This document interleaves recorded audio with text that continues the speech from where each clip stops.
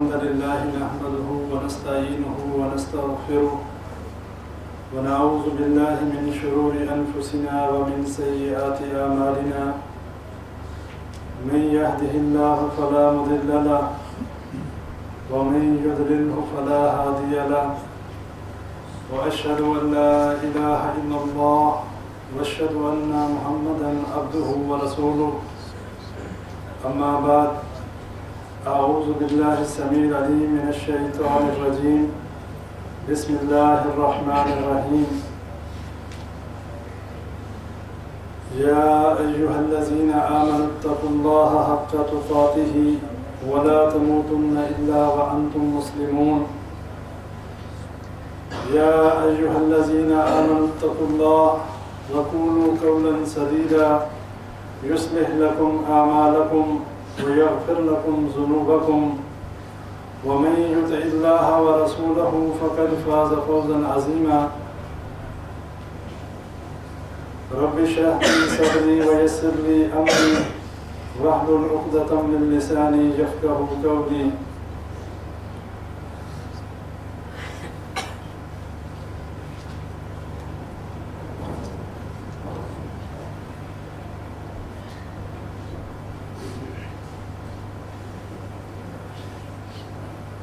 تمام تعریفیں اللہ تبارک و تعالیٰ کے لیے کہ جس نے ہمیں اشرف المخلوقات بنایا اور ہمیں امت محمدیہ صلی اللہ علیہ وسلم میں پیدا فرمایا اور انگنت درود و سلام نبی اکرم صلی اللہ علیہ وسلم کی ذات مبارکہ پر کہ نبی اکرم صلی اللہ علیہ وسلم جو کہ امام الانبیاء خاتم النبیین اور تمام انبیاء کے سردار تمام مخلوقات کے لیے نبی بنا کر بھیجے گئے اور ان کی زندگی جو ہے ہمارے لیے بہترین نمونہ ہے۔ اللہ تبارک و تعالیٰ نے قرآن مجید میں یہ بات ذکر فرمائی لَقَدْ كَانَ لَكُمْ فِي رَسُولِ اللَّهِ أُسْوَةٌ حَسَنَةٌ کہ یقینی بات ہے، یہ آزمائی ہوئی بات ہے، یقیناً نبی اکرم صلی اللہ علیہ وسلم کی زندگی ہمارے لیے بہترین نمونہ ہے۔ اور پچھلے دروس جن موضوعات پر ہو چکے، صرف بھائیوں کی یاد دہانی کے لیے ہم عقیدہ توحید کو سمجھنے کی کوشش کر رہے ہیں قرآن و حدیث کی روشنی میں۔ سب سے پہلے ہم نے توحید کی اقسام جو ہیں وہ ہم نے سمجھی اور اس پہ ہمارا درس ہوا کہ توحید کی کتنی اقسام ہیں، توحید ربوبیت کیا ہے، توحید الوہیت کیا ہے اور توحید اسماء و صفات کیا ہے۔ اس کے بعد ہم نے توحید کی فضیلت کے اوپر ہمارا ایک درس ہوا کہ جو شخص اللہ کے ساتھ شرک نہیں کرتا اللہ نے اس کے لیے کیا انعامات رکھے ہیں اور اس کے لیے آخرت میں کیا فضیلت ہے ان لوگوں کے مقابلے میں کہ جو اللہ کے ساتھ شرک کرتے ہیں۔ اس کے بعد ہم نے شرک کی اقسام کے اوپر دو ہمارے دروس ہوئے اور ابھی ہم شرک کے حوالے سے چل رہے ہیں انشاءاللہ۔ جو پچھلا درس ہوا تھا پچھلے جمعے سے پچھلے جمعے وہ ہمارا تعویذ کے حوالے سے تھا کہ جس کے بارے میں ہم نے یہ بات قرآن و حدیث کی روشنی میں سمجھی تھی۔ نبی اکرم صلی اللہ علیہ وسلم کی واضح حدیث ہے من تعلق تمیمۃ فقد اشرک کہ جس نے گلے میں کوئی چیز لٹکائی جسے تعویذ کہا جائے، کوئی بھی ایسی چیز کسی بیماری یا کسی خوف سے بچنے کے لیے فقد اشرک اس نے شرک کیا۔ تو یہ بات ہم نے پچھلے درس میں جو ہے بھائیوں کے سامنے رکھی تھی۔ آج ہمارا موضوع اور آج ہمارا درس جو ہے وہ اسی حوالے سے کہ اگر کوئی بتوں کو سجدہ کرے، کسی درخت کو سجدہ کرے، کسی قبر کو سجدہ کرے، ان جگہوں پر سجدہ کرنے والا اس کی کیا شرعی حیثیت ہے اور ان مقامات کی جو ہے وہ شرعی حیثیت کیا ہے۔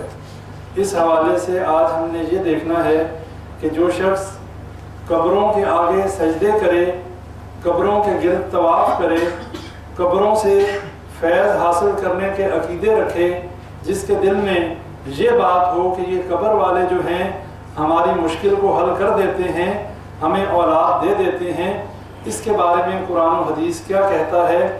اور اسی حوالے سے کہ مشرکین مکہ جو تھے، یہ بھی بات سامنے رکھی جائے گی کہ مشرکین مکہ کیا اللہ کا انکار کرتے تھے؟ کیا وہ اللہ کو مانتے ہی نہیں تھے، یا وہ اللہ کے ہاں توسل کا جو ہے عقیدہ رکھتے تھے؟ اس کے اوپر تھوڑی سی تفصیلی بات ہوگی۔ ویسے خلاصتاً یہ باتیں آپ کے سامنے رکھی جا چکی۔ ایک حدیث میں نے آپ بھائیوں کے سامنے پچھلے دروس میں رکھی تھی، اس کا حوالہ دینا چاہتا ہوں، ہو سکتا ہے کسی بھائی کو تحقیق کے طور پہ وہ دیکھنی ہو۔ مسند احمد کی ایک حدیث میں نے آپ بھائیوں کے سامنے بیان کی تھی، جس میں ایک واقعہ تھا کہ ایک شخص جو ہے وہ ایک مکھی کی وجہ سے جہنم میں چلا گیا اور ایک شخص ایک مکھی کی وجہ سے جنت میں چلا گیا۔ یہ صحیح حدیث ہے، مسند احمد میں یہ موجود ہے۔ اور یہ حدیث ایسے ہی تھی کہ ایک قبیلے میں ایک بت تھا کہ اس قبیلے والے وہاں سے کسی شخص کو گزرنے نہیں دیتے تھے جب تک کوئی اس بت کے اوپر کوئی چڑھاوا، کوئی نظر و نیاز نہ دے۔ تو دو لوگ وہاں سے ان کا گزر ہوا، تو وہی فرمائش انہوں نے ان دونوں لوگوں کے سامنے رکھی کہ اس بت کے اوپر کچھ نظر و نیاز دو، تب تم یہاں سے جا سکتے ہو، وگرنہ تم نہیں جا سکتے۔ انہوں نے کہا کہ ہمارے پاس اس بت کے اوپر چڑھانے کے لیے کچھ بھی نہیں۔ انہوں نے کہا چاہے ایک مکھی ہی مار کر جو ہے اس پہ چڑھا دو۔ تو ایک شخص نے جو ہے وہ مکھی ماری اور اس بت پہ چڑھا دی۔ نبی صلی اللہ علیہ وسلم نے فرمایا کہ وہ اس مکھی کی وجہ سے جہنم میں گیا۔ اور جو دوسرا شخص تھا اس نے کہا کہ مکھی بھی اگر چڑھائی جائے گی تو مکھی بنانے والے کے نام پر، کسی غیر اللہ کے نام پر مکھی بھی نہیں چڑھائی جا سکتی۔ انہوں نے اس کو قتل کر دیا، اس کو جان سے مار دیا۔ نبی صلی اللہ علیہ وسلم نے فرمایا یہ شخص اس مکھی کی وجہ سے جنت میں چلا گیا۔ اب یہ سمجھنے کی بات ہے، یہاں پر صرف عقیدے کی بات ہے، یہاں پر مال و دولت یا ایسی بات نہیں کہ کوئی بہت سارا مال و دولت غیر اللہ کے نام پہ دے تو شاید وہ شرک ہے۔ اگر کوئی ایسی بے ضرر چیز، ایسی بے معنی چیز کہ جس کی ہمارے نزدیک کوئی حیثیت نہیں، اگر وہ بھی ہم غیر اللہ کے نام پر دیں گے، اللہ ہمارے دلوں کو دیکھتا ہے، ہمارے مال و دولت کو نہیں دیکھتا۔ اللہ یہ دیکھتا ہے کہ اس کے دل میں تقویٰ کتنا ہے، اس کے دل کے اندر توحید کی دولت کتنی ہے۔ اور اگر رائی کے دانے کے برابر بھی شرک ہمارے اندر ہوا، 100 میں سے 1% چھوڑ کے 0.001% بھی ہمارے دلوں کے اندر شرک ہوا، ہماری نجات نہیں ہے۔ اس لیے کہ شرک جو ہے اس کی موجودگی میں کوئی عمل اللہ کے ہاں قابل قبول نہیں۔ اللہ نے واضح قرآن میں فرما دیا ان اللہ لا یغفر ان یشرک بہ، کہ میں ہرگز اس کو معاف نہیں کروں گا جس نے میرے ساتھ شرک کیا۔ اب ہم اپنے موضوع کی طرف آتے ہیں کہ ہمارے بر صغیر پاک و ہند میں قبروں کی تعظیم جو ہے وہ کس حد تک ہے اور قبروں کو کیا سمجھا جاتا ہے۔ نبی اکرم صلی اللہ علیہ وسلم کی واضح حدیث موجود ہے، اور نبی صلی اللہ علیہ وسلم کے دور میں قبرستان میں جانا منع تھا، اللہ تعالیٰ نے قبروں کی زیارت سے منع کیا ہوا تھا۔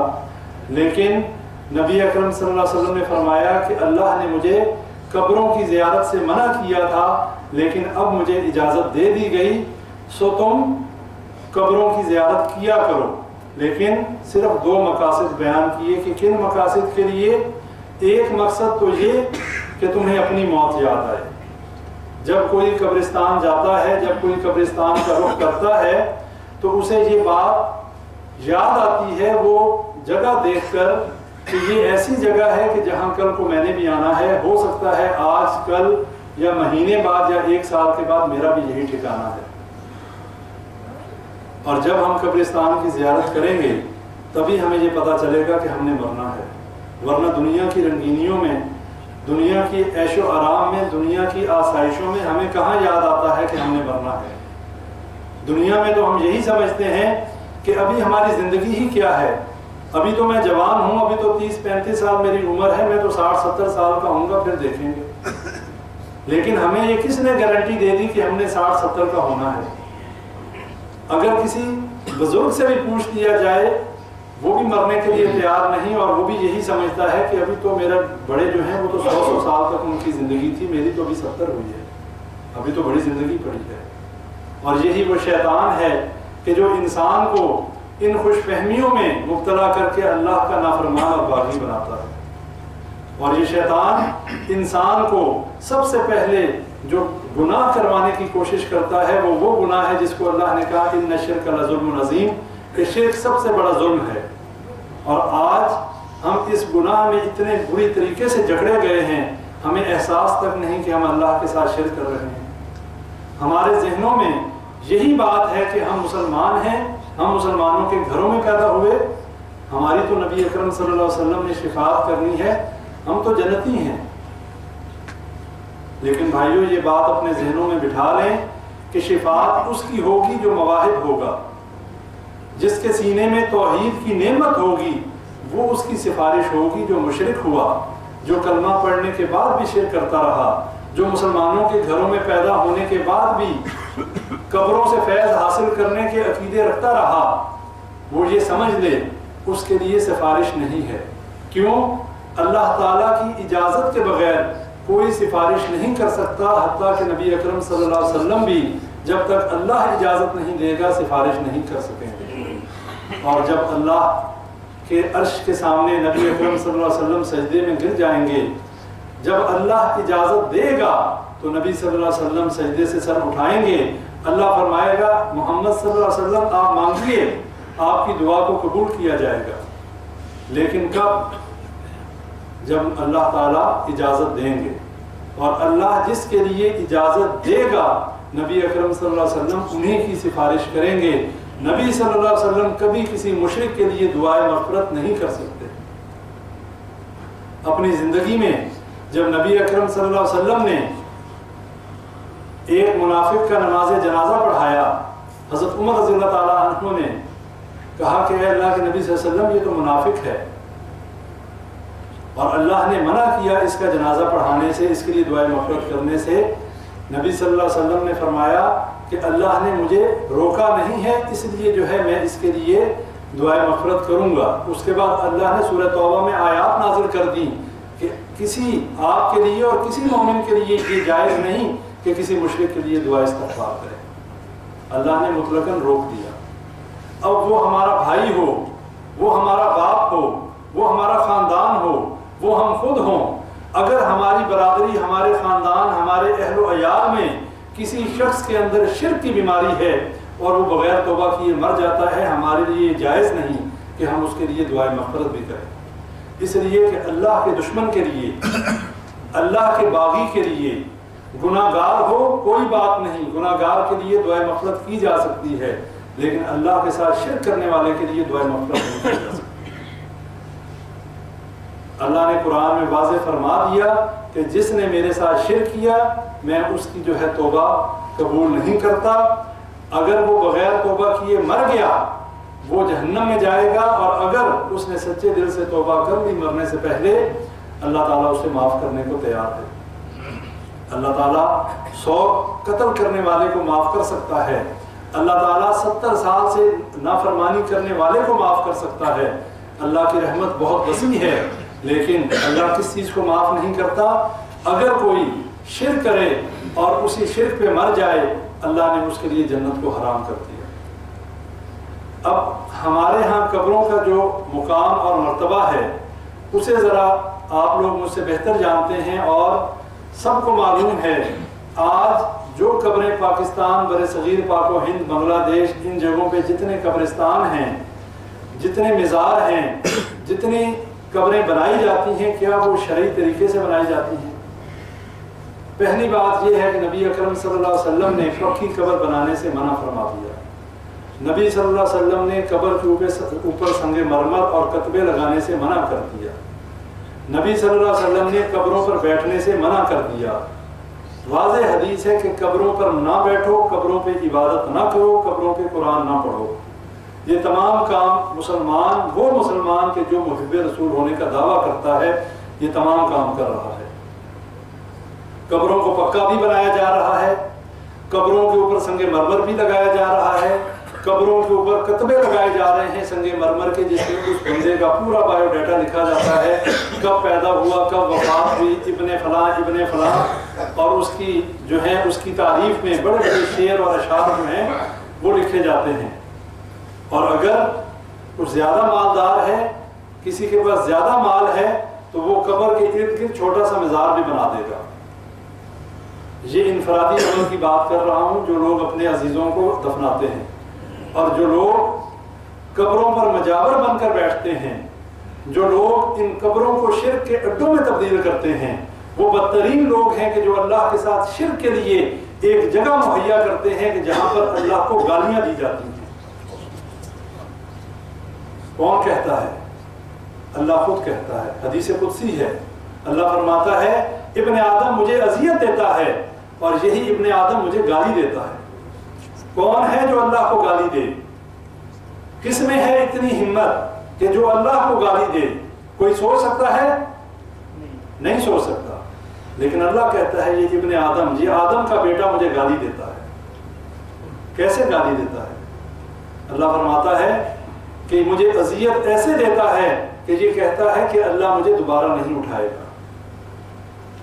جو بندہ یہ عقیدہ رکھے کہ اللہ مجھے دوبارہ نہیں اٹھائے گا، یعنی قیامت کا انکار کرنے والا ہو، اس مرنے کے بعد دوبارہ اٹھنے کا انکار کرنے والا ہو، کہ جو ہمارے ایمان کی بنیادی شرائط میں سے ہے، کہ جس میں ہم فرشتوں پر ایمان لاتے ہیں، نبیوں پر ایمان لاتے ہیں، اور اس کے ساتھ ساتھ آخرت کے دن پر ایمان لاتے ہیں۔ اگر روز جزا کے دن کو ہی جھٹلا دیا جائے تو پہلے ہی فساد اور فتنے اتنے زیادہ ہیں، پھر تو ہر شخص شتر بے مہار ہوگا۔ پھر ہر شخص جو ہے وہ دنیا میں حلال اور حرام کی تمیز کیے بغیر، کسی کا حق کا خیال کیے بغیر، جس طریقے سے مرضی چاہے دولت کمائے، جتنی مرضی قتل و غارت گری کرے، پتہ ہے کہ مر جانا، اس کے بعد مٹی ہو جانا، ہم سے کسی نے کیا پوچھنا۔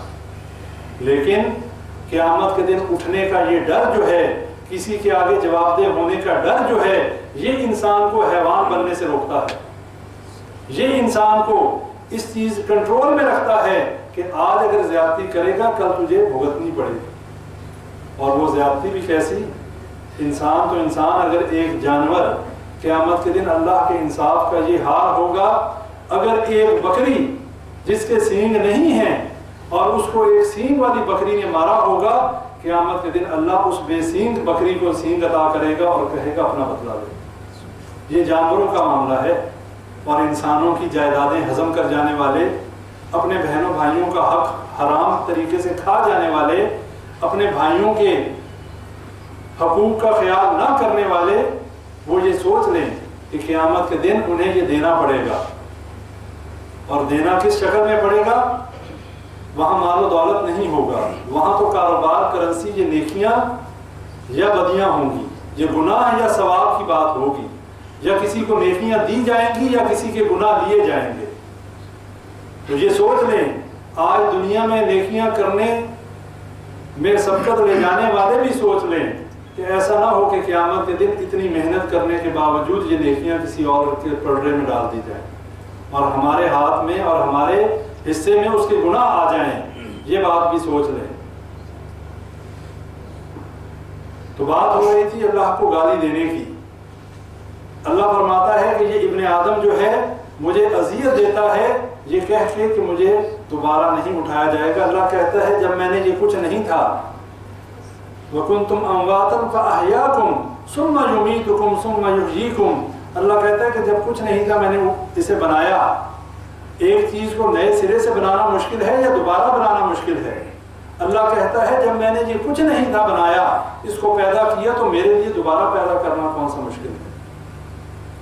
اور ہم سرے سے ہی، اگر زبان سے نہیں تو اپنے اعمال سے تو کم از کم یہ اقرار اور اس چیز کا ثبوت دیتے ہیں کہ ہم نے دوبارہ اللہ کے دربار میں نہیں جانا، اس لیے کہ ہمارے جسم کے اوپر، ہمارے گھر کے اوپر، ہمارے محلے میں، ہمارے ارد گرد اللہ کی حاکمیت کی نفی ہے۔ ہم نے اللہ کو اپنا حاکم، اپنا مالک مانا ہی نہیں۔ چاہے زبان سے جتنا مرضی ہم جھوٹ بولتے رہیں، زبان سے چاہے ہم جتنے مرضی نعرے لگاتے رہیں، لیکن ہمارا عمل اس بات کی نفی کرتا ہے۔ ہمارا عمل اس بات کا ثبوت دیتا ہے کہ ہم نے اللہ کو اپنا رب نہیں مانا۔ جب ہم نے اللہ کو اپنا رب مانا ہوتا، ہماری شکل و صورت ویسی ہوتی جیسا ہمارا رب چاہتا ہے۔ ہماری شکل و صورت ہی ویسی نہیں، ہمارا لباس ہی ویسا نہیں، ہمارا کاروبار، ہماری معیشت، ہمارا معاشرت ہی ویسی نہیں۔ نبی صلی اللہ علیہ وسلم سے محبت کے دعوے کرنے والے ویسی شکل بھی بنانا پسند نہیں کرتے، تو پھر جھوٹے نہیں تو کیا ہے؟ عمل تو بعد کی بات ہے، ہمارا تو ظاہری جو ہے، ہمارا ظاہر ہی ویسا نہیں کہ جیسا نبی صلی اللہ علیہ وسلم کا ظاہر تھا۔ باطن تو چھوڑ دیں، کتنے ہیں آج کسی سے پوچھ لیں کہ نبی سے محبت ہے، عشق نبی کے دعوے ہوں گے، لیکن جب عمل کی بات آئے گی سب سے پیچھے۔ جب نبی صلی اللہ علیہ وسلم کی شان میں کوئی گستاخی کرے گا، کان پہ جوں تک نہیں رنگے گی، مسلمانوں کو گالیاں دے گا، اس دین اسلام کو بدنام کرے گا، یہودیوں اور نصرانیوں کے ایجنٹ بن کے ہمارے ملک پہ، ہمارے دین پہ حملے کریں گے، ہمیں ذرا بھی غیرت نہیں آئے گی۔ آج مسلمان ایک بے غیرت قوم کی شکل میں ابھرا ہوا ہے، اور ہمیں سوچنا چاہیے ہماری غیرت کہاں چلی گئی، کیوں ہماری غیرت نہیں جاگتی؟ اللہ نے فرمایا، نبی صلی اللہ علیہ وسلم کی حدیث ہے، دیوس جنت میں نہیں جائے گا۔ دیوس کون ہوتا ہے؟ دیوس کہتے ہیں بے غیرت کو۔ اور کیوں جنت میں نہیں جائے گا؟ اس لیے کہ اس کے گھر میں فحاشی اور عریانی کا بازار گرم ہے، اس کے محلے میں جو ہے بے حیائی کے کام ہو رہے ہیں، اور اس کو غیرت نہیں آتی، اس کے ذرا سا اس کے چہرے پہ غصے کے آثار نہیں آتے، اور وہ اپنے گھر میں، اپنے محلے میں، اپنے علاقے میں اس بدکاری اور فحاشی اور بے حیائی کو نہیں روکتا۔ اس کے گھر والے بے پردہ باہر نکلتے ہیں اور اس کو ذرا سی بھی غیرت نہیں آتی۔ نبی صلی اللہ علیہ وسلم نے فرمایا، دیوس جنت میں نہیں جائے گا۔ اب دیکھ لیں، ہم بحیثیت قوم سب دیوس بنے ہوئے ہیں۔ ہمارے گھروں پہ کوئی حملہ کرے، ہماری بہنوں اور بیٹیوں کی عزتوں پہ حملہ ہو، ہماری ماؤں کے بارے میں کوئی بکواس کرے، ہمارے ذہنوں میں، ہمارے دلوں میں مہریں لگی ہوئی ہیں، کسی کی دینی اور جو ہے حمیت بالکل سو چکی ہے۔ خبریں تو پڑھتے ہی ہیں، آپ لوگوں کو پتہ تو چلتا ہی ہے، دیکھ تو رہے ہیں حشر کیا ہو رہا ہے۔ اور بھائیوں، یہ اس سے برا حشر ہوگا ہمارا، جب اللہ کے در کو چھوڑ کر ہر در پہ سر جھکایا جائے گا تو اسی طرح ذلیل ہوں گے۔ سارے دروں کو چھوڑ کر ایک اللہ کے دربار کی طرف رخ کریں۔ یہ اللہ کے گھر ہیں، یہ اللہ کی مسجدیں ہیں، ان کو آباد کریں، اپنی زندگیوں کو لہو اور لہو میں نہ ضائع کریں، کھیل تماشوں میں نہ ضائع کریں۔ یہ آزمائش ہے، آج یہ وقت گزر گیا، کل نہیں آئے گا۔ اپنے عقیدوں کی اصلاح کریں۔ میں اپنے گریبان میں دیکھوں، آپ اپنے گریبان میں دیکھیں، ہم اس دنیا میں کیوں آئے اور ہم کیا کر رہے ہیں۔ آج ہم نے اللہ کے در کو چھوڑا، آج ہم نے اللہ کی توحید کو چھوڑا، آج ہم نے اللہ کے نبی صلی اللہ علیہ وسلم کی تعلیمات کو چھوڑا، آج ہمیں یہودی مارے یا عیسائی مارے، آج ہمیں جو مرضی چوڑا اور چمار آ کے مار لے، ہم کچھ نہیں کر سکتے، اس لیے کہ ہم خود اللہ کے باغی ہیں۔ اور جب ہم نے اللہ سے ٹکر لی ہے، جب ہم اللہ کو گالیاں دینے کے مرتکب ہوئے ہیں، تو پھر اللہ ہمیں یہودیوں سے مروائے یا عیسائیوں سے مروائے؟ اللہ کے لشکر ہیں سارے۔ اللہ چاہے ہواؤں سے ہمارا بیڑا غرق کر دے، اللہ چاہے زلزلوں سے ہمیں اٹھا دے۔ ابھی جاپان کا کیا حال ہوا؟ اللہ ہمارا محتاج نہیں ہے، ہم اللہ کے محتاج ہیں۔ اللہ کے لشکر بہت وسیع ہیں، اللہ چاہے تو آنکھ بند کرنے اور کھولنے سے پہلے یہ سارے سپر پاور ہونے کے دعوے کرنے والے مٹی میں مل جائیں اور زمین بوس ہو جائے، رات کو سوئیں اور صبح اٹھنا نصیب نہ ہو۔ یہ سونامی، یہ ہواؤں کے لشکر، یہ زلزلے، یہ جو ہے تباہ کاریاں اگر جاپان میں ہو سکتی ہیں تو امریکہ میں نہیں ہو سکتی۔ لیکن اللہ نے ڈھیل دی ہوئی ہے۔ اللہ بھی دیکھنا چاہتا ہے کہ میرا نام لینے والے، مسلمان ہونے کا دعویٰ کرنے والے، یہ کتنا، ان میں کتنی غیرت ہے اور یہ کتنا جاگے ہوئے ہیں، ان کے جسموں اور ان کے گھروں میں کتنا اس دین اور اس اسلام کی جو ہے وہ حاکمیت ہے۔ ہم لوگ کیا کر رہے ہیں؟ ہمیں آج ابھی تک اس عقیدہ توحید کی سمجھ نہیں آئی، ہمیں آج تک یہی پتہ نہیں چل سکا کہ ہم اس دنیا میں کیوں آئے اور عقیدہ توحید کیا ہے. اور اللہ فرماتا ہے کہ ابن آدم مجھے گالی دیتا ہے، اور کیسے دیتا ہے؟ میرا بیٹا بنا کر. جو یہ کہتا ہے کہ اللہ نے بیٹا بنا لیا، اس نے اللہ کو گالی دی. کس نے کہا اللہ کا بیٹا؟ کس نے کہا؟ یہودیوں نے عزیر علیہ السلام کو اللہ کا بیٹا بنایا، عیسائیوں نے عیسیٰ علیہ السلام کو اللہ کا بیٹا بنایا. اللہ کہتا ہے یہ مجھے گالیاں دیتے ہیں. تو مسلمانوں نے کیا کیا؟ مسلمان بھی کسی سے پیچھے نہیں رہے. مسلمانوں نے بھی عقیدہ بنایا کہ اللہ کے نور میں سے علیحدہ ہوا نور، اللہ کے حصے سے علیحدہ ہوا حصہ. غلو کی انتہا دیکھیں، نور من نور اللہ کا عقیدہ، اللہ کے حصے سے علیحدہ کیا ہوا حصے کا عقیدہ رکھنا، اور کسی کا یہ کہنا کہ اللہ کا بیٹا ہے. فرق کیا ہے؟ کوئی فرق ہے؟ بتائیں کوئی فرق ہے؟ بولیں. نور من نور اللہ کا عقیدہ رکھنا، یہ کہنا کہ اللہ کے نور میں سے علیحدہ ہوا نور ہے، اس میں اور اللہ کا بیٹا بنانے میں کیا فرق ہے؟ اور پھر ہم تو 2 ہاتھ آگے نکل گئے. ہم نے کیا کہا؟ ہم نے کہا اللہ کا پکڑا چھڑا لے محمد کا پکڑا چھڑا کوئی نہیں سکتا. یہ ہے ہمارا عقیدہ. اللہ نعوذ باللہ محمد صلی اللہ علیہ وسلم سے نیچی چیز ہوگی نا کہ اللہ کا پکڑا تو محمد صلی اللہ علیہ وسلم چھڑا لیں، اور محمد صلی اللہ علیہ وسلم کا پکڑا کوئی نہیں چھڑا سکتا. یعنی نعوذ باللہ من ذالک اللہ مجبور ہو گیا کہ محمد صلی اللہ علیہ وسلم جس کو پکڑ لے اللہ بھی نہیں چھڑا سکتا. انا للہ و انا الیہ راجعون. یہ ہے مسلمان کا عقیدہ. پھر اور ہمارے کیا عقیدے ہیں؟ وہی جو عرش پر مستوی تھا خدا ہو کر، اتر پڑا مدینے میں مصطفیٰ ہو کر. یہ آج کے مسلمانوں کے عقیدے ہیں. اللہ اور محمد میں کوئی فرق ہے کہ نہیں؟ صلی اللہ علیہ وسلم. اللہ خالق ہے، محمد صلی اللہ علیہ وسلم مخلوق ہیں.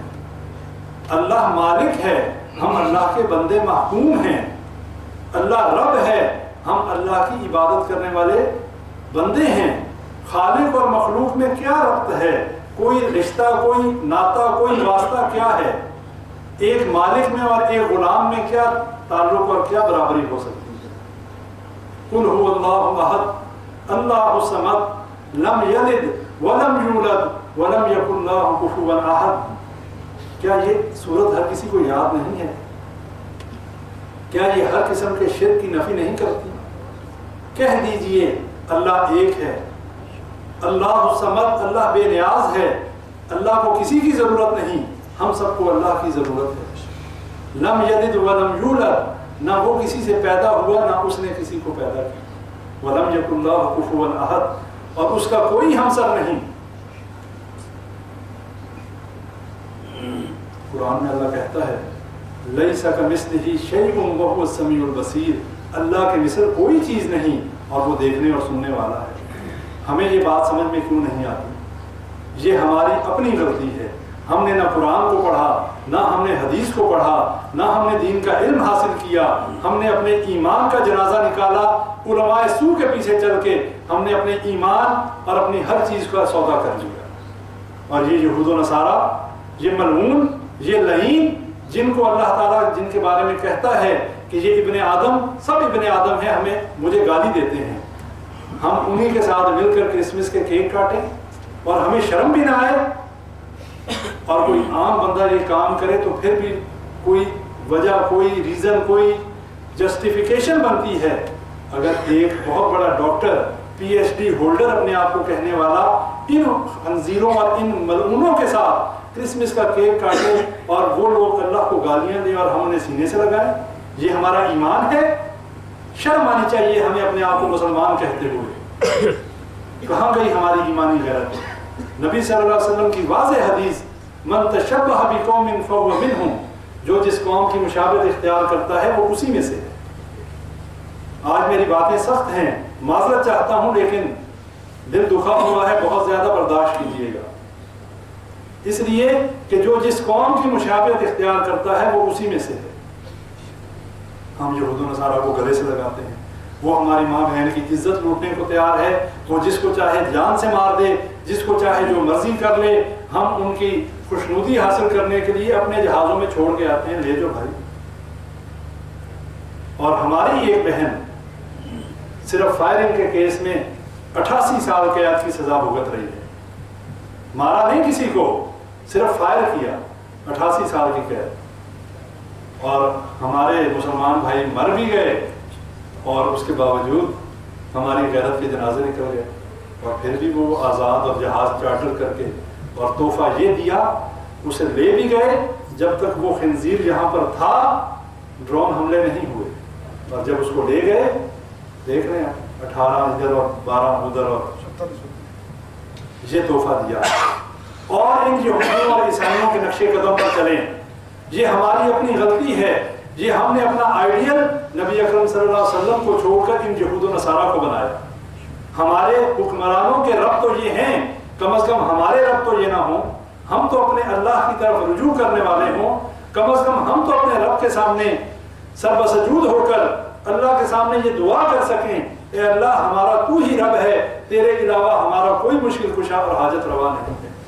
ہم کسی در پہ جو ہے جھکنے والے نہیں، ہم کسی قبر پہ سجدے کرنے والے نہیں، کسی قبر والے سے، کسی حجر والے اور کسی کبے اور جبے والے سے جو ہے نہیں مانگتے، صرف تجھ سے مانگتے۔ ہمارے اپنے عقیدے تو صحیح ہو جائیں، کم از کم ہمارے اندر وہ ظلم عظیم جو ہے ہم اس کے مرتکب تو نہ ہوں، کم از کم اللہ کے مواحد بندے بن کر اللہ سے دعا کریں گے، اللہ ہمارے گناہوں کو بخش دے گا، اللہ غفور الرحیم ہے۔ لیکن جب ہم شرک کے ہوتے ہوئے ہم اللہ سے معافی مانگیں، اللہ سے توبہ کریں، اللہ سے اپنی مشکلات کے حل کے لیے دعائیں کریں، اللہ کیسے قبول کرے؟ ہمارے اندر بدعات، ہمارے اندر شرک، ہمارے اندر تمام گناہوں کے پہلے یہ بتاتا چلوں، یہ شرک کی ابتدا حضرت نوح علیہ السلام کی قوم سے ہوئی۔ سب سے پہلے شرک جو شروع ہوا حضرت نوح علیہ السلام کی قوم میں، ود، سوا، یعوق، نصر، ان کو، یہ وہ لوگ تھے جو ان کے برگزیدہ بندے تھے، ان کے بزرگ تھے۔ شیطان نے ان کی عبادت پہ کیسے لگایا؟ کہا کہ ان کی تصویریں بنا لو، یہ بڑے بزرگ لوگ تھے، بڑے نیک لوگ تھے، ان کو جب دیکھو گے تم انہی کی طرح عبادت کرو گے، تمہارا ایمان جو ہے بڑھے گا۔ بعد کے آنے والی نسلوں کو شیطان نے کہا تمہارے آباء و اجداد تو انہی کو پوچھتے تھے، انہی کی عبادت کرو۔ حضرت نوح علیہ السلام سے لے کے حضرت لوط علیہ السلام، حضرت موسیٰ علیہ السلام، حضرت عیسیٰ علیہ السلام، حضرت ابراہیم علیہ السلام، جتنے انبیاء کرام آئے، جب جب قوموں کے اندر شرک ہوا اللہ نے نبی بھیج دیا کہ میرے شرک کی نفی کے لیے اللہ نے نبی کو بھیجا۔ اور اللہ قرآن میں کہتے ہیں وَلَقَدْ بَعَثْنَا فِي كُلِّ أُمَّةٍ رَسُولًا أَنِ اعْبُدُوا اللَّهَ وَاجْتَنِبُوا الطَّاغُوتَ۔ اللہ نے ہر امت میں ایک رسول بھیجا اور انہیں کیا دعوت دی؟ أَنِ اعْبُدُوا اللَّهَ، ایک اللہ کی عبادت کرو اور طاغوت کا انکار کرو۔ طاغوت کیا ہے؟ من دون اللہ، اللہ کے علاوہ ہر وہ چیز جس کی اللہ کے علاوہ عبادت کی جائے یا جس کی اللہ کے ساتھ عبادت کی جائے وہ طاغوت ہے۔ وہ چاہے شیطان ہو، وہ چاہے پتھر ہو، وہ چاہے قبر ہو، وہ چاہے بت ہو، وہ چاہے ہماری خواہشات ہوں کہ جن کو ہم نے رب بنا دیا ہو، اپنی خواہشات کو پورا کرنے کے لیے ہم اللہ کے حکموں کو پامال کرتے رہیں، وہ بھی طاغوت ہے۔ کیا پروگرام ہے بھائیو؟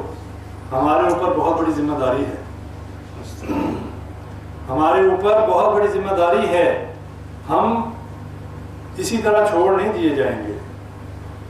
اور یہ جو حالات اور یہ جو واقعات ہیں، ایک حدیث میں پڑھ رہا تھا، اس میں بھائیوں سے بھی ڈسکس کر رہا تھا کہ نبی صلی اللہ علیہ وسلم نے فرمایا، حضرت عمر فاروق رضی اللہ عنہ روایت کرنے والے ہیں، نبی صلی اللہ علیہ وسلم نے فرمایا کہ جب کالے اونٹوں کو چلانے والے بلڈنگوں میں رہنا شروع کر دیں تو سمجھو قرب قیامت ہے۔ کیا خیال ہے؟ یہ اونٹوں کو چلانے والے بلڈنگیں کیا کتنی بڑی بڑی بلڈنگیں بنا رہے ہیں؟ یہی اونٹوں کو چلانے والے یہی ہیں نا، اہل عرب ہی ہیں۔ اور جب یہ لوگ بلڈنگیں بنانے اور بلڈنگوں میں رہنا شروع کر دیں، نبی صلی اللہ علیہ وسلم نے فرمایا سمجھ لینا کہ قیامت قریب ہے، اور ہم قرب قیامت کے بہت زیادہ سمجھیں قریب ہیں۔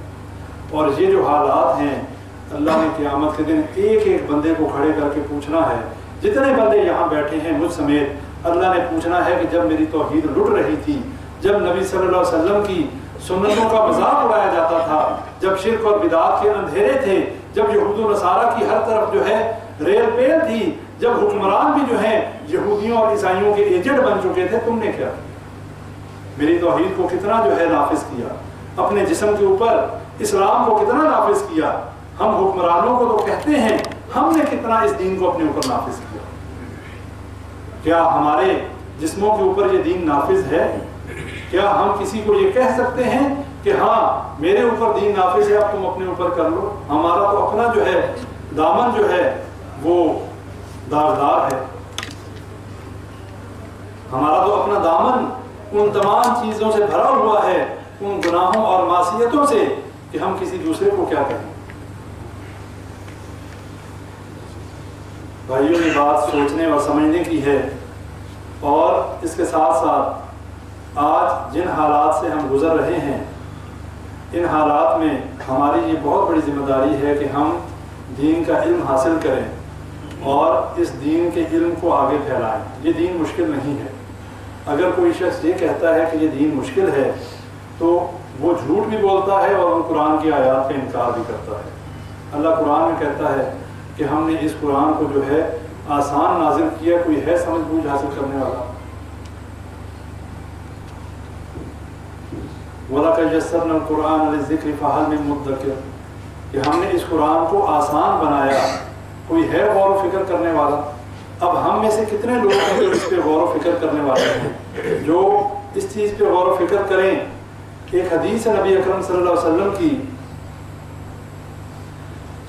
کہ نبی صلی اللہ علیہ وسلم نے فرمایا کہ اللہ کی لعنت ہو اس شخص پر جو اپنے ماں باپ پر لعنت کرے۔ پھر فرمایا کہ اللہ کی لعنت ہو اس شخص پر جو زمین کے نشانات، منارات الارض، یعنی زمین کے جو نشانات ہیں ان کو بدل دے۔ اب یہ زمین کے نشانات بدلنے کی کیا ہے کہ کسی بھائی جیسے زمینوں کے نشان لگے ہوتے ہیں، ہم کسی دوسرے کی زمین پہ قبضہ کرنے کے لیے نشان کو آگے پیچھے کرتے ہیں، نبی صلی اللہ علیہ وسلم نے ایسے شخص پر لعنت کی۔ یا لوگوں کو گمراہ کرنے کے لیے، راستے سے بھٹکانے کے لیے راستوں کے نشان بدل دینا، نبی صلی اللہ علیہ وسلم نے لعنت کی۔ اور فرمایا یہ جو ماں باپ پہ لعنت کرنا ہے، اس کی تشریح میں بیان کیا۔ کسی صحابی نے پوچھا کہ کون ہے جو اپنے ماں باپ کو گالی دیتا ہو یا اپنے ماں باپ پہ لعنت کرتا ہو؟ نبی صلی اللہ علیہ وسلم نے فرمایا کہ تم کسی دوسرے کی ماں اور باپ کو گالی دیتے ہو، وہ تمہاری ماں اور باپ کو گالی دیتا ہے۔ یہ ہے اپنے ماں باپ کو گالی دینا۔ ہم کسی کی ماں اور باپ کو گالی دیں گے، وہ ہمارے ماں اور باپ کو گالی دے گا، یعنی کہ ہم اپنے ماں باپ کو گالی دے رہے ہیں، نہ ہم اس کے ماں باپ کو گالی دیتے اور نہ وہ ہمارے ماں باپ کو گالی دیتا۔ نبی صلی اللہ علیہ وسلم نے ایسے شخص پہ لعنت کی۔ اور اسی طرح ایک اور روایت میں آتا ہے کہ نبی صلی اللہ علیہ وسلم نے 3 لوگوں کے اوپر لعنت کی، اور جس پہ نبی صلی اللہ علیہ وسلم لعنت کر دیں وہ یقیناً اللہ کی رحمت سے دور ہو گیا۔ جبریل علیہ السلام آئے، نبی صلی اللہ علیہ وسلم نے منبر پر قدم رکھا اور آمین کہا، دوسرے جو ہے سیڑھی پہ قدم رکھا، پھر آمین کہا، اور تیسری سیڑھی پر قدم رکھا تو پھر آمین کہا۔ صحابہ کرام نے پوچھا کہ اے اللہ کے نبی صلی اللہ علیہ وسلم، آپ نے آج ایک ایسا کام کیا ہے کہ جو اس سے پہلے نہیں کیا۔ نبی صلی اللہ علیہ وسلم نے فرمایا کہ جبریل علیہ السلام نے دعا کی اور میں نے ان کی دعا پہ جو ہے آمین کہا۔ وہ دعا کیا تھی؟ ایک دفعہ فرمایا کہ اس شخص پہ اللہ کی لعنت ہو جس کے ماں باپ دونوں یا دونوں میں سے کوئی ایک بوڑھا ہو اور وہ ان کی خدمت کر کے جنت نہ لے، اور نبی صلی اللہ علیہ وسلم نے آمین کہا۔ دوسرا فرمایا کہ اس شخص پر بھی لعنت ہو کہ جس کے سامنے میرا نام لیا جائے اور میرے اوپر درود نہ بھیجے، یعنی صلی اللہ علیہ وسلم کہا جائے اور دوسرا شخص جو ہے اس کے جواب میں صلی اللہ علیہ وسلم نہ کہے، درود نہ بھیجے، اس پر بھی نبی صلی اللہ علیہ وسلم نے لعنت کی۔ اور تیسرا فرمایا کہ اس شخص پر بھی اللہ کی لعنت ہو کہ جس کی زندگی میں رمضان آئے اور وہ رمضان میں روزے رکھ کر اللہ تعالیٰ کو راضی نہ کر لے، اللہ تعالیٰ کی جنت کا حقدار نہ بن جائے، ایسے شخص پر بھی اللہ کی لعنت۔ اور بھائیوں، یہ تمام وہ باتیں ہیں کہ جو اللہ کی لعنتوں کے مستحق بننے کی باتیں ہیں، ان سے ہمارا بچنا بہت ضروری ہے۔ لیکن ان سب سے بڑا جرم جس کے اوپر ہم چل رہے ہیں، جو ہمارے ہاں عام ہے، قبروں کی تعظیم کرنا، قبروں کے اوپر قبروں کا احترام ضرور کیجیے، اسلام اس چیز سے منع نہیں کرتا، لیکن احترام کی ایک حد ہے. قبروں کا احترام یہی ہے کہ وہاں پر جائیں, وہاں پر جا کر اپنے لیے بھی دعا کریں اور اس مدفون شدہ شخص کے لیے دعا کریں اور اپنی آخرت کو یاد کریں. یہی احترام ہے. ان کی بے حرمتی یہ نہیں ہے کہ قبروں کو پکا بنائیں, قبروں کے اوپر مزار بنائیں. یہ قبروں کا احترام نہیں ہے, یہ نبی صلی اللہ علیہ وسلم کی سنت کی صریحاً مخالفت ہے. نبی صلی اللہ علیہ وسلم کی سنت کیا تھی؟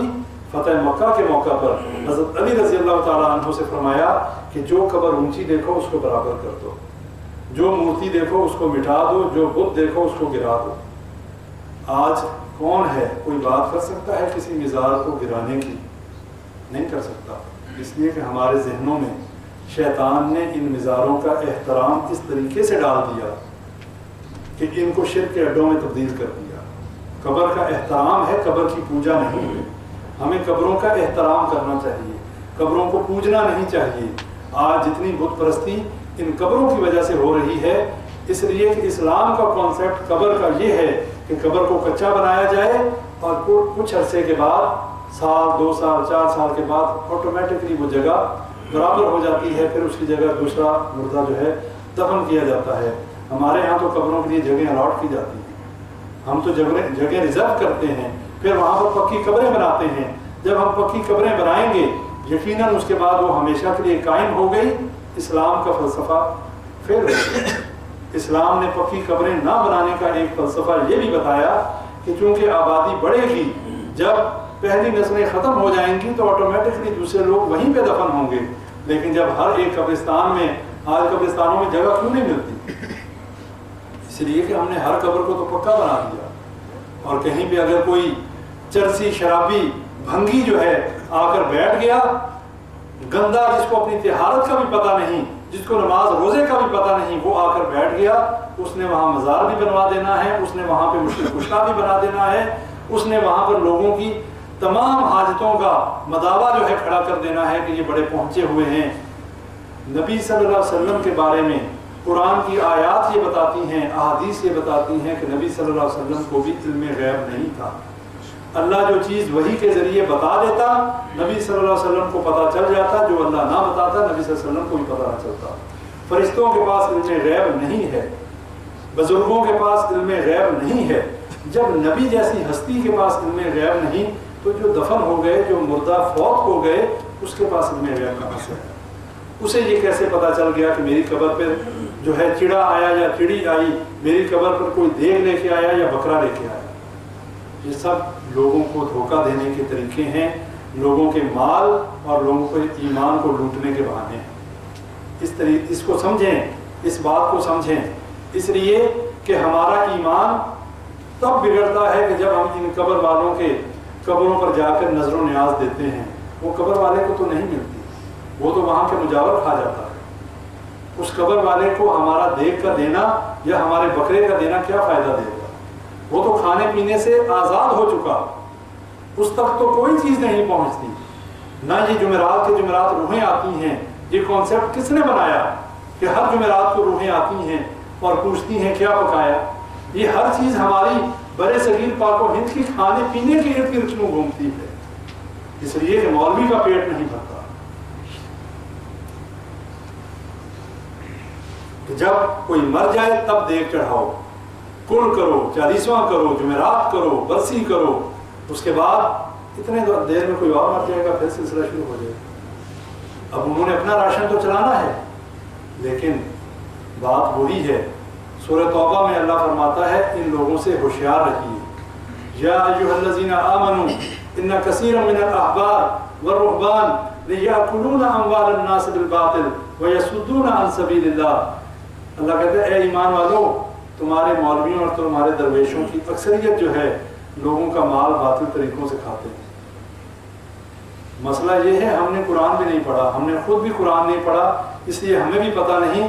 اگر ہم نے قرآن پڑھا ہوتا, اس طرح کا کوئی مولوی آتا, ہم یہ آیت نکال کے سامنے رکھتے, مولوی صاحب یہ آپ کے بارے میں آیت آئی ہے, آپ کو حلوہ چاہیے, آپ کو زردہ چاہیے, کیا چاہیے؟ اور ایسے مولویوں کے لیے, ایسے علماء سو کے لیے جو لوگوں کے ایمان اور ان کے مال کے دشمن ہیں, ایسے لوگوں کو سے ہوشیار رہیے اور ایسے لوگوں کا یہ حل ہے کہ جب بھی ختم دلوانے کی فرمائش کریں ان کے آگے ایک ٹب بھر کے پانی کا رکھیں کہ مولوی صاحب آپ کو کھانا نہیں ملنا، یہ سارا ان لوگوں کے لیے، آپ کے لیے پانی کا ٹب ہے، آپ پانی کے جگ پئیں بیٹھ کے، باقی سب کے لیے حلوہ بھی ہے، زردہ بھی ہے، مرغا بھی ہے، آپ کے لیے نہیں۔ دیکھ لیں ایک دو ختم ایسے کریں گے، تیسرے میں ختم حرام ہو جائے گا۔ یہ حل ہے ایسے مولویوں کا۔ بھائیو یہ دین بڑا آسان ہے، لیکن آسان اس کے لیے ہے جو کتاب اللہ اور سنت رسول اللہ پر چلے، اور جو علماء سو کے پیچھے لگے گا وہ ان کے مال اور اس کے ایمان کو لوٹ لیں گے، اور قیامت کے دن پھر یہ ہوگا کہ اللہ کے سامنے ایسے مولویوں کے اوپر وہ لوگ لعنتیں کریں گے کہ اے اللہ انہوں نے ہمیں گمراہ کر دیا، ان کی وجہ سے ہم گمراہ ہو گئے، اے اللہ ان کو دگنا عذاب دے۔ اللہ کہے گا آج تم سب کے لیے دگنا عذاب ہے، تمہیں شعور نہیں۔ اپنے ایمان کو بچائیں، اپنے توحید کو بچائیں، شرک سے بچیں، ان قبروں کی تعظیم کریں لیکن ان کی عبادت نہ کریں، قبروں کو پکا نہ بنائیں، قبروں کے اوپر مجاور بن کے نہ بیٹھیں، قبروں کے اوپر جو ہے قرآن خوانیاں نہ کریں، وہاں پر نمازیں نہ پڑھیں۔ نماز جنازہ کا کنسیپٹ دیکھیں، اللہ تعالیٰ نے جہاں پر شرک کی ذرا سی کوئی گنجائش تھی اللہ نے وہ بھی نہیں رہنے دی۔ نماز جنازہ میں سجدہ نہیں ہے۔ اگر نبی صلی اللہ علیہ وسلم سے ایک روایت میں ثابت ہے کہ ایک قبر پر انہوں نے نماز جنازہ پڑھی کہ جس کی وہ پہلے نماز جنازہ نبی صلی اللہ علیہ وسلم نہیں پڑھ سکے تھے، لیکن عموماً آپ دیکھیں ہماری جتنی عبادات ہیں نفلی ان میں سجدہ ہے، لیکن نماز جنازہ میں سجدہ نہیں ہے، اس لیے کہ اگر کبھی ایسی صورت ہو کہ نماز جنازہ پڑھنی پڑ جائے قبرستان کے نزدیک یا کسی قبر پر، تو اگر کوئی سجدہ کرے گا تو لوگ یہ سمجھیں گے کہ یہ غیر اللہ کو سجدہ کر رہا ہے۔ ہمارے دین نے تو اس حد تک خیال رکھا، لیکن ہمارے ہاں تو زندہ لوگوں کو عام گجرانوالہ اور یہ انٹرنیٹ میں بھرا پڑا ہے، لوگ بیٹھے ہوئے ہیں ایسے کرسیوں پہ اور لوگ آ کر سجدے کر رہے ہیں۔ کون لوگ ہیں یہ سارے مسلمان ہیں، مسلمانوں کے گھروں میں پیدا ہونے والے ہیں، جو سجدے کروا رہے ہیں وہ بھی تو مسلمان ہیں، اپنے آپ کو مسلمان کہتے ہیں۔ پھر نبیوں کو تو بھیجا گیا لوگوں کی عبادت سے نکال کر اللہ کی عبادت کی طرف لگانے کے لیے، اگر یہ لوگوں کی عبادت ہی ہونی تھی تو پھر نبیوں کے آنے کا کیا فائدہ تھا؟ اور بھائیوں تمام امتوں میں تمام قوموں میں اللہ نے نبیوں کو بھیجا۔ نبی صلی اللہ علیہ وسلم کو جتنی مشکلات اس عقیدہ توحید کو پھیلانے میں 13 سال میں آئیں، آپ اندازہ نہیں کر سکتے کہ نبی صلی اللہ علیہ وسلم حرم میں سجدے میں تھے، ایک مشرک نے آ کر نبی صلی اللہ علیہ وسلم کی کمر پر اونٹ کی اوجڑی رکھ دی اور کوئی ہٹانے والا نہیں۔ حضرت فاطمہ رضی اللہ تعالیٰ عنہا نے جب دیکھا وہ بھاگتی ہوئی آئی اور انہوں نے اس اوجڑی کو پرے کیا اور نبی صلی اللہ علیہ وسلم کی کمر سے اس اوجڑی کو اتارا۔ ایک مشرک نے نبی صلی اللہ علیہ وسلم کی گردن میں چادر ڈال کر اتنی زور سے اس کو بل دیے کہ سانس جو ہے رکنے لگا، گلا گھونٹنے کی کوشش کی۔ حضرت ابوبکر صدیق رضی اللہ عنہ آ گئے اور آ کے دھکا دے کر اسے پرے کیا اور کہا کہ کیوں اس بندے کو اس لیے قتل کرتے ہو، اس لیے مارتے ہو کہ یہ کہتا ہے کہ میرا رب اللہ ہے؟ ہمارے ساتھ تو ایسا معاملہ ہی نہیں ہے، نہ تو ہمیں آ کر کوئی گریبان سے پکڑتا ہے۔ آج تو حالات کافی بدل گئے، آج میڈیا کی آزادی کافی ہو گئی، اسی وجہ سے ہمیں پتہ بھی چلتا ہے ان معاملات کا۔ لیکن سوچنے کی بات یہ ہے اگر نبی صلی اللہ علیہ وسلم نے اس توحید کو پھیلانے کے لیے اتنی مشکلات برداشت کی، رستے میں کانٹے بچھائے گئے، ان کی بیٹیوں کو طلاق دی گئی صرف اسی توحید کے پھیلانے کی وجہ سے، تو پھر نبی صلی اللہ علیہ وسلم کے بعد تو کسی نبی نے نہیں آنا۔ اب تو ہر قسم کا شرک اس امت محمدیہ میں آ چکا۔ نبی صلی اللہ علیہ وسلم کی واضح حدیث ہے، فرمایا کہ اس وقت تک قیامت قائم نہیں ہوگی جب تک میری امت میں سے کچھ قبائل اسی طریقے سے بت پرستی نہیں شروع کر دیں گے جیسے مشرک کیا کرتے تھے، جیسے یہود و نصارہ کیا کرتے تھے۔ قیامت تو آئی ہی، سمجھیں سر پہ ہے، بت پرستی ہو رہی ہے۔ ان کے بت کھڑے تھے، ہمارے بت لیٹے ہوئے ہیں، ہمارے بت قبروں میں لیٹے ہوئے ہیں، اور لوگ یہی سمجھتے ہیں کہ یہ ہمارے حاجت اور روا اور مشکل کشا ہے۔ بھائیوں اس پیغام کو آگے تک پہنچائیں، یہ آپ تک رکنا نہیں چاہیے۔ یہ قبروں کو سجدے کرنا، یہ قبر والوں سے مشکل کشائی کے دعوے رکھنا، یہ عقیدے رکھنا، یہ شرکیہ عقیدے ہیں۔ اس شرک میں اور مشرکین مکہ کا لات منات حبل اور عزا کے سامنے قربانیاں کرنے اور ان کے سامنے سجدے کرنے میں کوئی فرق نہیں۔ کوئی یہ نہ سمجھے کہ مشرکین مکہ نے چونکہ کلمہ نہیں پڑھا تھا، ہم تو مسلمان ہیں، ہم نے کلمہ پڑھا ہے، اس لیے ہم میں اور ان میں کوئی فرق ہے۔ شرک کا گناہ ویسے ہی گناہ ہے جیسے مشرکین مکہ نے شرک کیا۔ اگر آج کا مسلمان کلمہ پڑھنے کے بعد شرک کرے گا، وہ یہ نہ سمجھے کہ قیامت میں اس کی نجات ہو جائے گی۔ اس لیے اپنی زندگیوں سے اس شرک کو نکالیے، توحید کو مضبوط تھامیں، اپنی زندگی میں سنت کا جو ہے سنت پہ عمل پیرا ہوں، بدعات سے دامن کو چھڑائیں اور اپنے اندر دینی غیرت اور حمیت کو جگائیں۔ یہ ہم سب کی ذمہ داری ہے۔ آج جس دور سے ہم گزر رہے ہیں، اللہ نے قیامت کے دن ہم سے پوچھنا ہے، اور یہ نہ ہو کہ اس دن شرمندگی کے علاوہ ہمارے ہاتھ کچھ نہ آئے۔ آج ہم اپنا فرض ادا کر دیں، کسی نے ہماری گردن نہیں کاٹی، اگر ہمارے پاس اتنی طاقت نہیں کہ ہم ہاتھ سے روک سکیں تو ہماری زبان تو سلامت ہے۔ یہ دوسرا درجہ ہے ایمان کا۔ اور اگر ایسا وقت آیا کہ ہماری زبان بھی بند کر دی گئی، کم از کم ہم دل سے برا تو جان سکتے ہیں۔ اور اس کو اضعف الایمان کہا گیا کہ سب سے کم درجے کا ایمان ہے۔ اول درجے کا ایمان یہ ہے کہ برائی کو ہاتھ سے روکا جائے۔ اگر ہاتھ سے نہیں روک سکتے، کم از کم زبان سے اس کی تردید کی جائے۔ تو ہم سب زبان سے تردید کرتے ہیں کہ نہیں کرتے؟ سب ہم زبان سے تردید کرتے ہیں ہر شرک اور ہر بدعت کی، اور اللہ کی توحید کو انشاءاللہ ہم لازم پکڑیں گے، اور قبروں کی تعظیم کی جائے گی، عبادت نہیں کی جائے گی۔ اور کوئی بھی ایسا کام ہماری برادری، ہمارے قبیلے، ہمارے کنبے میں اگر ہے، ہماری ذمہ داری ہے ہم ان تک یہ بات پہنچا دیں۔ آپ میں سے کوئی بھی اس بات کا ذمہ دار نہیں ہے کہ ڈنڈے کے زور پہ زبردستی منوائے۔ آپ لوگوں کا کام یہ ہے، میرا کام یہ ہے، ہم بتا دیں۔ اگر کوئی مانتا ہے موسٹ ویلکم، اگر نہیں مانتا آپ کا فرض ادا ہو جائے گا۔ قیامت کے دن اللہ آپ سے یہ نہیں پوچھے گا کہ اے بندے، تجھے میری توحید کا، تجھے میرے دین کے فلاں مسئلے کا پتا تھا، تو نے کیوں نہیں بتایا؟ کتمان دین کے مرتکب نہ ہوئیے۔ اس دین میں اگر ایک بات آپ لوگوں کو پتا ہے، اپنے بھائی، اپنی بہن، اپنے اولاد، اپنی بیوی، اپنے ماں باپ، ان تک پہنچا دیں، تاکہ قیامت کے دن کوئی ان میں سے آپ کا دامن پکڑ کے کھڑا نہ ہو جائے۔ یہ نہ ہو کہ آپ کے جنت میں جانے کا فیصلہ ہو چکا ہو، اور یہی آپ کے رشتہ دار آپ کا دامن پکڑ کے اللہ کی عدالت میں لے جائیں اور کہیں اے اللہ، یہ خود تو جنت میں جا رہا، اس نے ساری زندگی ہمیں کبھی نیکی کا حکم نہیں دیا، خود تو بڑی تہجدیں بھی پڑھتا رہا، روزے بھی رکھتا رہا، نمازیں بھی پڑھتا رہا، لیکن کبھی ہمارے ساتھ اس بات پہ کبھی ناراضگی نہیں دکھائی۔ دنیا کا معاملہ ہوتا تھا تو آسمان سر پہ اٹھا لیتا تھا، لیکن دین کے معاملے میں کبھی ایک دفعہ بھی اس کے ماتھے پہ بل نہیں آیا کہ تو نے نماز نہیں پڑھی، جا میں تیرے سے کلام نہیں کرتا۔ یہ نہ ہو کہ قیامت کے دن ہمارے رشتہ دار ہمیں جنت کی بجائے جہنم میں لے جائیں۔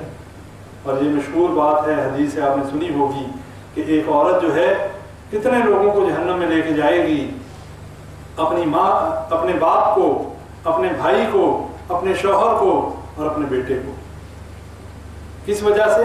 اسی وجہ سے اگر کسی کی بیٹی ہے اور اس نے اس کی اچھی تربیت نہیں کی، خود نمازیں پڑھتا رہا، اس کی اصلاح نہیں کی، اسے عقیدہ توحید نہیں سمجھایا، اور وہ شرک میں ڈوبی رہی، قیامت کے دن وہ اپنے باپ کا گریبان پکڑے گی۔ کسی کی بیوی ہے، اس نے خود تو نیک عمل کیے، اپنی بیوی کو اس دین کے بارے میں صحیح تعلیمات نہیں دی، قیامت کے دن اس کا گریبان پکڑے گی، چاہے اس کا جنت میں جانے کا فیصلہ ہو چکا ہو۔ یہ عورت اس کو جہنم میں لے جائے۔ اس لیے بھائیوں، یہ خود غرضی کا معاملہ ہے، اس میں سیلفشنس کی ضرورت ہے۔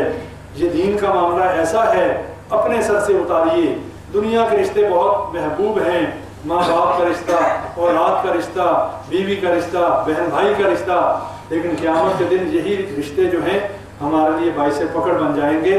اس وقت ہم پچھتائیں گے کہ کاش یہ ہمارے رشتے ہوتے ہی نہ۔ لہٰذا آج کی ناراضگی اور آج کا قطع تعلقی بہتر ہے، آج کا ان تک پہنچا دینا بہتر ہے، کل قیامت کے دن وہ آپ کا گریبان پکڑیں۔ اس سے بہتر ہے آج وہی کمائیں جو حلال رزق ہے، جو آپ کا حق ہے وہی کمائیں۔ زیادہ دولت کے چکر میں نہ پڑیں، یہ دولت آپ بھی چھوڑ جائیں گے، میں بھی چھوڑ جاؤں گا، اور جب چھوڑ جائیں گے تو عیاشی ہماری اولاد کرے گی اور کل قیامت کو بھگتنا ہمیں پڑے گا۔ اس لیے اتنا کمائیں کہ جو حلال کا ہے اس چکر میں نہ پڑیں۔ جو زندگی آپ کی ہے اللہ نے آپ کو رزق دیا، جو پیچھے ہیں جو اللہ ان کا ذمہ دار ہے، اللہ ہی ان کا جو ہے کارساز ہے، اللہ ہی ان کا حاجت روا اور مشکل کشا ہے، اللہ خود ان کو رزق دے گا، ہمیں یہ ٹینشن لینے کی ضرورت نہیں۔ اللہ تعالیٰ سے دعا کریں اللہ تعالیٰ ہمیں صحیح عقیدہ توحید کا فہم نصیب فرمائے۔ اللہ تعالیٰ جتنے ہم سے گناہ جان بوجھ کر اور جتنے انجانے میں ہو چکے اللہ تعالیٰ ان سب کو معاف فرمائے۔ سر ایک سوال ہے، ابھی آپ نے